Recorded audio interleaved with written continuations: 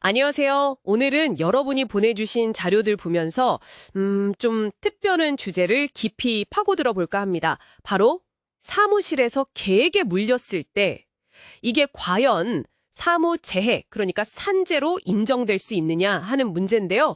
저희가 HR 실무 자료부터 법률 정보, 실제 뉴스 기사까지 다양하게 좀 살펴봤거든요. 그래서 어떤 기준으로 이걸 판단하는지, 핵심이 뭔지 같이 한번 명확하게 알아보겠습니다. 특히 그 자료 중에 중부발전 경비원 개 물림 사고 사례가 있었잖아요. 이게 실제 현장에서 얼마나 좀 복잡할 수 있는지를 보여주는 것 같아요. 자, 그럼 바로 본론으로 들어가 볼까요? 핵심 질문이죠. 직장에서 개한테 물렸다. 이거 업무상 재해로 볼 수 있을까요? 사실 좀 생소하게 들릴 수도 있는데 자료 보니까 꼭 그렇지만도 않더라고요. 네, 맞아요. 이게 상당히 흥미로운 지점인데요. 보통 생각하기에는 개 주인이 누구냐, 예를 들어 회사 대표님 개냐 아니냐, 이게 중요할 것 같잖아요. 근데 사실 핵심은 그게 아니고요. 사고가 발생한 그 상황 자체에 있습니다. 좀 더 구체적으로 말씀드리면 두 가지 기준이 중요해요. 첫째는 사고가 업무 시간 중에 일어났는가, 그리고 둘째는 그 장소가 업무 공간, 그러니까 사무실 같은 곳이었는가 하는 점이죠. 그러니까 개가 누구 소유인지 보다는 그 개가 있었던 시간이랑 장소가 업무랑 관련이 있느냐, 이게 관건이라는 말씀이시네요. 그럼 예를 들어서 자료에 나온 그 부동산 사무실 사례처럼요. 사무실에 거의 상주하다시피 하는 개였다면 네, 그렇죠. 근무 중에 물렸을 때 산재 가능성이 확 올라가겠네요? 바로 그겁니다.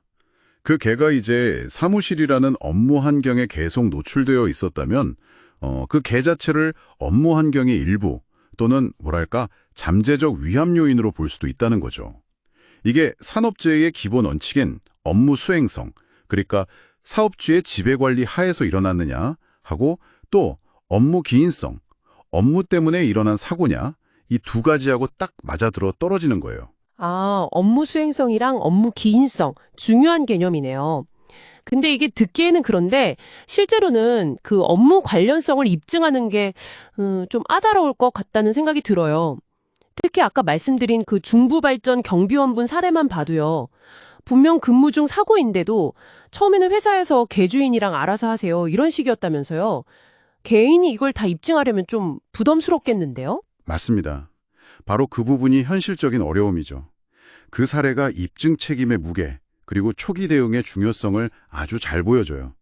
법적으로 보면 이 입증 책임은 기본적으로는 다친 근로자 본인에게 있거든요. 그래서 사고 딱 터졌을 때 바로 그 직후부터 구급대원이라든지 아니면 병원 의사 선생님한테 사고 경위를 명확하게 그리고 일관되게 설명하는 게 정말 중요합니다. 진료 기록이나 혹시 목격자가 있다면 그런 진술 확보도 필요하고요. 초기 대응이랑 기록 확보가 진짜 중요하겠군요. 그럼 반대로요. 이건 좀 명확하게 산재로 보기 어렵다. 이런 경우는 어떤 게 있을까요? 예외적인 상황이요? 네, 결론으로 종합해보면 몇 가지 경우가 있는데요.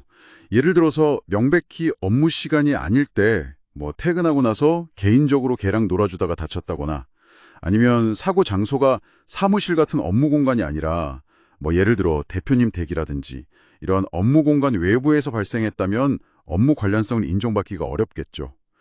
그리고 당연한 얘기지만 근로자 본인이 일부러 다치려고 했거나 범죄 행위를 하다가 다친 경우 이것도 산재가 안 됩니다. 그렇군요. 그럼 이제 보상 문제도 좀 짚어봐야 할 것 같은데요. 보통 개인들 사이에서 개 물림 사고 나면 민법상 동물 점유자 책임 같은 거나 아니면 일상생활 배상 책임 보험 이런 걸로 해결하기도 하잖아요. 근데 이게 직장 내 산재로 인정되면 보상 절차가 어떻게 달라지나요? 네, 산재로 승인이 나면 이제 산업재해보상보험법에 따라서 보상을 받게 됩니다. 흔히 아시는 치료비, 이게 이제 법정용어로는 요양급여라고 하고요. 또 다쳐서 일 못하는 동안 받는 돈, 휴업급여, 그리고 만약에 좀 심하게 다쳐서 장애가 남았다면 그에 따른 장애급여 같은 것들을 받을 수 있게 되죠. 근데 여기서 진짜 주의할 점이 하나 있어요. 아까 그 중구발전 사례처럼 입증 과정이 좀 힘들 수 있잖아요. 근데 그 과정에서 그러니까 산재 승인이 아직 안 났는데 섣불리 회사나 아니면 개 주인 측하고 민사적으로 합의를 봐버리면요. 나중에 정당하게 받아야 할 산재 보상을 제대로 못 받게 될 수도 있어요. 좀 불리해질 수 있거든요. 그러니까 웬만하면 산재 절차를 먼저 다 진행하고 그 결과를 보고 나서 추가적인 민사 책임을 따지는 게 현명합니다. 아, 그 순서가 중요하군요. 섣불리 합의하면 안 된다. 오늘 쭉 이야기를 들어보니까요. 결국 핵심은 그냥 사무실에 개가 있었다? 이게 다가 아니네요. 그 개의 존재가 업무 환경의 어떤 잠재적인 위험 요소였고 또 그 위험이 현실화된 시간과 장소가 업무와 직접적으로 연결되느냐 이걸 법적으로 따지는 과정인 거군요. 그리고 그 과정에서 근로자가 입증 책임을 져야 하고 또 회사와의 관계 같은 현실적인 어려움도 있을 수 있다는 점, 이걸 꼭 기억해야겠어요. 네, 맞습니다. 정확히 짚어주셨어요. 여기서 우리가 한 걸음 더 나아가서 이런 질문도 던져볼 수 있을 것 같아요. 요즘 보면 반려동물 친화적인 일터, 이런 곳들이 점점 늘어나는 추세잖아요. 그러면 우리가 동물과 업무 공간을 공유할 때 얻는 장점도 물론 있겠지만 그로 인해서 발생할 수 있는 어떤 잠재적인 위험, 그리고 그 책임 문제는 어떻게 관리해야 할까? 그냥 개조심 안내문 하나 붙여놓는 걸 넘어서서요. 회사와 근로자 모두가 좀 납득할 수 있는 구체적인 안전 규정이나 책임 소재에 대한 고민, 이게 좀 필요한 시점이 아닐까 싶습니다. 여러분의 일터는 어떠신가요? 한번 생각해 보시면 좋겠습니다.